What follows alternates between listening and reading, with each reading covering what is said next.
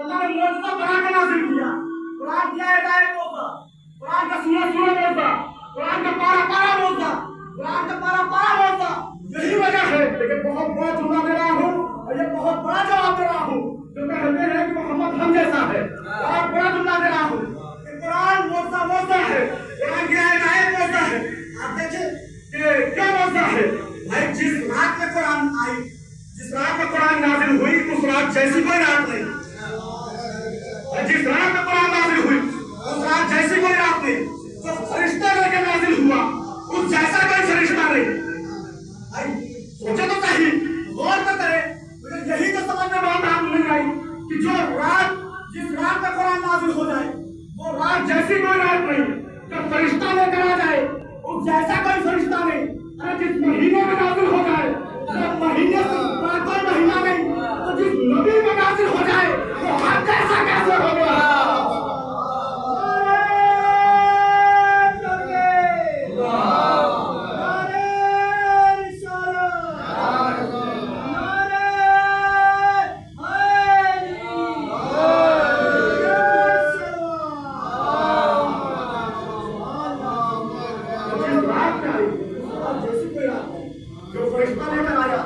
جیسا کوئی فرشتہ نہیں, اور جس مہینے میں نازل ہوا اس مہینے جیسا کوئی مہینہ نہیں, اور جس نبی کے اوپر نازل ہوا وہ ہم جیسا کیسے ہو سکتا ہے.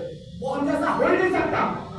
آپ دیکھیں انبیاء کرام کے اوپر اللہ نے کتابیں نازل کی, کتابیں بھیجی, لیکن آپ نے غور کیا کہ موسیٰ کے لیے, موسیٰ میں جب توریت آئی تو موسیٰ کو خود کتاب لینے کے لیے جانا پڑا.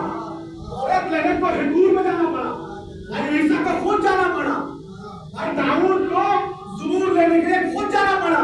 لیکن محمد مصطفیٰ کے لیے اللہ نے حکم دیا کہ اے محمد آپ کو زحمت کرنے کی ضرورت نہیں ہے, آپ جہاں ہوں گے وہی قرآن چلا آئے گا. آپ جہاں ہوں گے آپ کو زحمت کرنے کی ضرورت نہیں ہے, آپ بیٹھے رہیے, میرا قرآن آپ کے پیچھے پیچھے چلا آئے گا. آپ بازار میں ہوں گے آیت بازار میں ہوگی, آپ میدان میں ہوں گے آیت میدان میں ہوگی, آپ غار میں ہوں گے آیت غار میں ہوگی, آپ اشیر میں ہوں گے آیت اشیر میں ہوگی, آپ خطیر میں ہوں گے آیت خطیر میں ہوگی.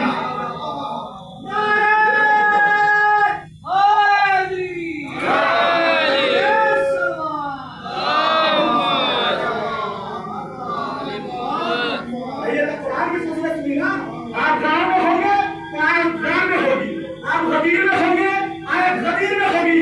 اللہ نے کہا محمد تجھے آنے کی ضرورت نہیں, تو جہاں ہوگا میرا قرآن وہاں چلائے گا. آپ دیکھیں جو محمد خود قرآن لینے نہ گیا, لیکن جب تیرا رچا آئی اللہ کا حکم وہاں آئے محمد گھر سے اٹھ کر جا علی کو لے کر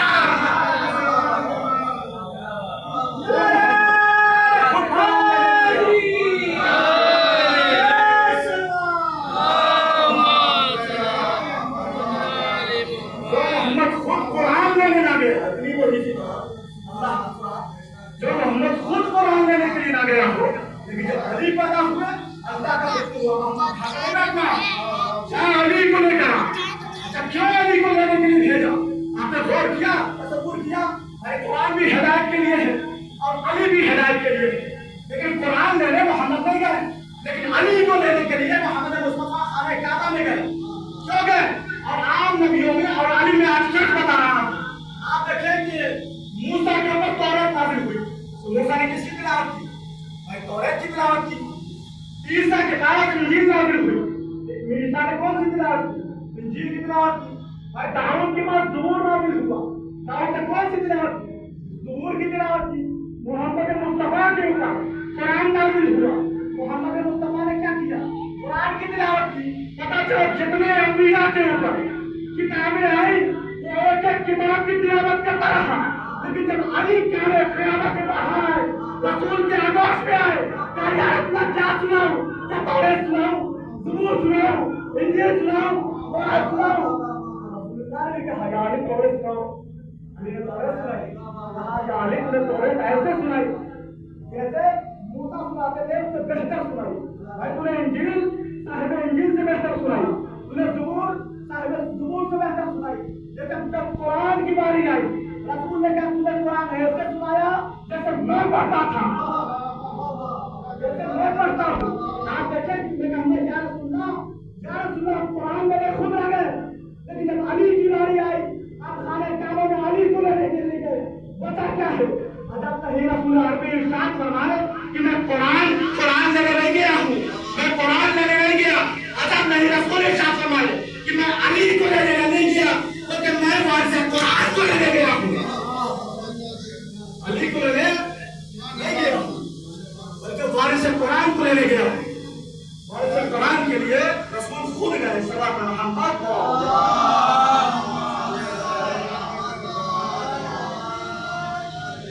جو معجزہ بن کے نازل ہوا انسان کی ہدایت کے لیے۔ پھر قرآن میں ارشاد ہوا انا اول بیت وضع للناس، کہ بے شک وہ پہلا گھر جو وضع بنایا گیا للناس لوگوں کے لیے، انا اول بیت وضع للناس، جو لوگوں کے لیے پہلا گھر بنایا گیا بمکہ، وہ مکے میں ہے، مبارک ہے، پاک و پاکیزہ ہے، ہدی للعالمین، اور یہ عالمین کے لیے، پوری دنیا کے لیے، اس دنیا نہیں پورے عالمین کے لیے ہدایت کرتا ہے۔ کون ہدایت کرتا ہے؟ خانہ کعبہ ہدایت کرتا ہے۔ بھائی قرآن نے دعویٰ کیا نا، قرآن نے دعویٰ کیا کہ خانہ کعبہ وہ گھر ہے، اللہ کا وہ گھر ہے جو سب سے پہلے بنا، اور سب سے پہلے بنا تو اس کی عظمت کیا ہے؟ وہ مبارک ہے، پاک و پاکیزہ ہے، اور لوگوں کے لیے، تمام عالمین کے لوگوں کے لیے یہ ہدایت کرتا ہے۔ میں کہوں گا یہ صاحب کیسے ہو سکتا ہے؟ یہ خانہ کعبہ لوگوں کی ہدایت کرے، اس لیے کہ میں نے دیکھا کہ لوگوں کی چھوڑ دیجئے، خانہ کعبہ میں 313 بت رکھے ہوئے تھے۔ کیا خانہ کعبہ نے کسی بت کو روکا؟ کیا خانہ کعبہ نے کسی بت کو ٹوکا کہ تم یہاں سے چلے جاؤ؟ بھائی خانہ کعبہ اگر ہدایت کے لیے آیا تھا، قرآن کہہ رہا ہے نا، قرآن دعویٰ کر رہا ہے کہ میں نے خانہ کعبہ کو جو بنایا ہے مومنین لوگوں کے لیے، عالمین کے لیے، ہدایت کے لیے بنایا ہے، تو 313 بت رکھے ہوئے تھے خانہ کعبہ میں۔ کیا خانہ کعبہ نے بت کو نکال کے پھینک دیا؟ کیا خانہ کعبہ نے ہدایت کی؟ آسان نہیں، ہدایت نہیں کی۔ اچھا کافر کفر خانہ کعبہ کے باہر تنگناتا پھر رہا تھا، کیا کبھی خانہ کعبہ نے کافر کو کہا کہ تم ایمان لے آؤ؟ بھائی کبھی روکا؟ کسی کو ٹوکا؟ صاحب نہیں روکا، نہیں ٹوکا۔ وجہ کیا ہے؟ کیا وجہ یہ ہے کہ جب آپ مفسر قرآن سے پوچھیں گے تب پتا چلے گا کہ انہوں نے بتایا کہ قرآن کا ایک سلوک یہ ہے، قرآن کی ایک عظمت یہ ہے کہ کبھی وہ بات کرتا ہے صرف کی، نام ہوتا ہے مغروب، بات کرتا ہے صرف کی، مراد ہوتا ہے مغروب۔ جیسے میں اگر آپ سے کہوں کہ صاحب مجھے پیاس لگی ہے، آپ گلاس حاضر کر دیں گے کہ صاحب یہ گلاس حاضر ہے، تو کیا گلاس میرا پیاس بجھائے گا؟ کہ نہیں صاحب گلاس پانی پیاس نہیں بجھائے گا، تو کیسے پیاس بجھے گا؟ کہ جو گلاس کے اندر ہے وہ پیاس بجھائے گا۔ کیوں؟ اس لیے کہ گلاس ہے ظرف اور پانی ہے مضروب جو اس کے اندر ہے۔ گلاس ہے ظرف، پانی ہے مضروب جو اس کے اندر ہے، تو گلاس پیاس نہیں بجھائے گا بلکہ پانی پیاس بجھائے گا۔ اس کا مطلب یہ ہوا کہ ظرف کی عزت مضروب سے ہوا کرتی ہے۔ اس کا مطلب یہ ہوا کہ ظرف کی جتنی بھی عزت ہے وہ مضروب سے ہے۔ اگر مضروب ہٹ جائے تو ظرف کا کوئی کام نہیں۔ بھائی آپ گلاس کا کیا کریں گے؟ گلاس کا کوئی کام ہے؟ کوئی کام نہیں ہے۔ میں پیاس لگی، کنواں سامنے ہے، میں کنویں کے پاس چلا جاؤں تو میری پیاس بجھ جائے گی؟ کہا نہیں صاحب پیاس نہیں بجھے گی۔ پیاس کیسے بجھے گی؟ کہا پانی جو کنویں کے اندر ہے وہ پیاس بجھائے گا۔ بھائی وہ پیاس نہیں بجھائے گا بلکہ جو اس کے اندر پانی ہے وہ پیاس بجھائے گا۔ گلاس پیاس نہیں بجھائے گا، جو اس کے اندر پانی ہے وہ پیاس بجھائے گا۔ کیوں؟ کہ گلاس ہے ظرف، پانی ہے مضروب جو اس کے اندر ہے۔ اسی طریقے سے خانہ کعبہ ہدایت نہیں کرے گا۔ کیوں؟ خانہ کعبہ ہے ظرف، علی ہے مضروب۔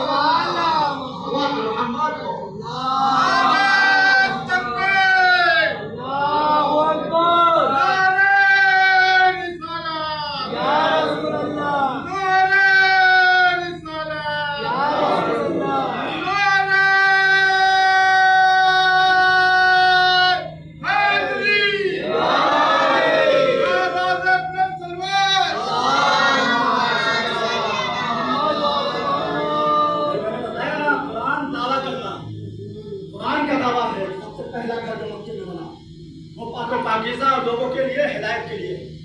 میں قرآن نے دعویٰ کیا لیکن دلیل کون بنے؟ اہل بیت کرام بنے. قرآن دعویٰ کرتا ہے دلیل ہدایت بنتی ہے. اس کی دوسری مثال ہے تو قرآن کریم کی آیت سے کہ بھائی قرآن دعویٰ کرتا ہے اور علی دلیل بنتے ہیں. قرآن کا دوسرا دعویٰ لو انزلنا هذا القرآن على جبل لرأيته خاشعا متصدعا من خشية الله. میں اس قرآن کریم کو اگر پہاڑوں پہ نازل کر دیتا تم دیکھتے یہ خوف خدا سے پھٹ جاتا, چور چور ہو جاتا, ٹکڑے ٹکڑے ہو جاتا. تو قرآن کا دوسرا دعویٰ کہ جس جگہ پر آ جائے وہ جگہ پھٹ جایا کرتی ہے. تو بھائی قرآن نے دعویٰ کیا لیکن کبھی قرآن نے پھاڑ کر دکھایا؟ کیا قرآن نے کسی پہاڑ کو پھاڑ کر دکھایا؟ کیا نہیں دکھایا؟ تو بھائی اس کی دلیل کیا ہے؟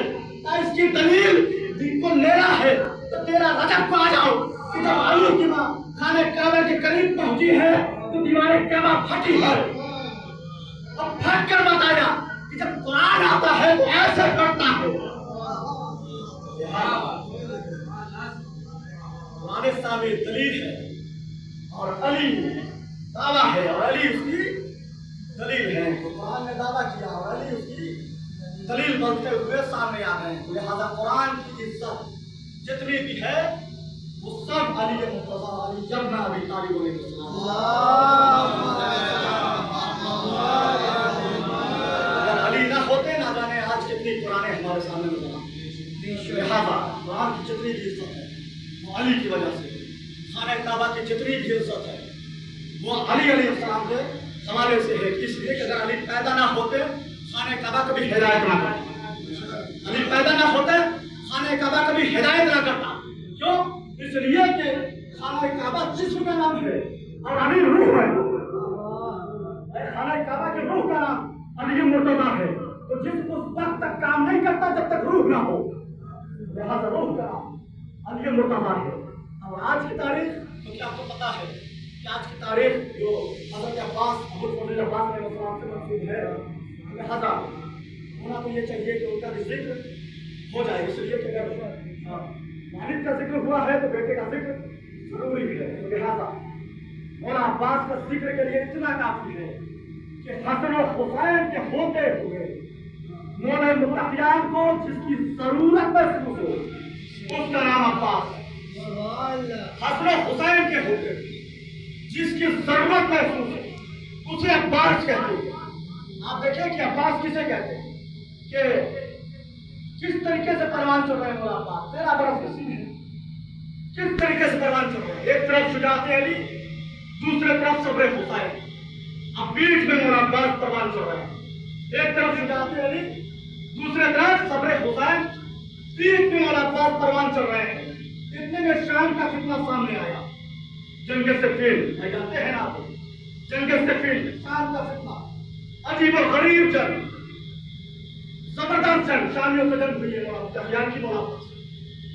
کہ جب مولا متقیان نے دیکھا کہ شامی جنگ کے لیے تلے ہوئے تو تاریخ نے بتایا کہ اسد کردگار نے اپنی نیام سے تلوار کو نکالا, گھوڑے کا سوار ہوئے اور میدان میں پہنچے. میدان میں پہنچنا تھا کہ میسا کو میرنا پہ کرتا, میرنا کو میسا پہ کرتا. لشکر کو روتے ہوئے آگے بڑھے. اتنے میں لینوں کی آواز آئی, الامین الحفیظ الامین الحفیظ. اے علی ہمارے سے نہیں لڑ پائیں گے, کسی اور کو بھیجیے, کسی اور کو بھیجیے, کسی اور کو بھیجیے. تو مولا متقیان کی کانوں سے آواز آئی نا, کانوں میں آواز آئی. مولا نے چلتی ہوئی تلوار کو روکا, ٹپکتے ہوئے لہو کو پوچھا, تلوار کو نیام میں رکھا. کہا ٹھیک ہے تم یہ چاہتے ہو میں کسی اور کو بھیجوں, ٹھیک ہے کسی اور کو بھیجتا. علی نے گھوڑا موڑا, خیمے میں آئے. آنے کے بعد مولا متقیان نے کہا آواز دی. آواز یہ تھی کہ عباس. جیسے یہ عباس کہا اب اس سین ختم نہ ہوئی تھی کہ مولا عباس مولا متقیان کے قدموں پر. جی بابا کیا حکم ہے؟ کہا عباس ابھی میں میدان میں گیا تھا, میں نے لڑیوں کو واصل جہنم کیا. لڑیوں کی آواز آنے لگی, یعنی ہمارے سے نہیں رہو گے, کسی اور کو بھیجو. اے عباس تم جاؤ میدان میں, تم جاؤ میدان میں, تم کافروں کو قتل کرو. جیسے مولا عباس نے سنا, مولا عباس کو سنائے.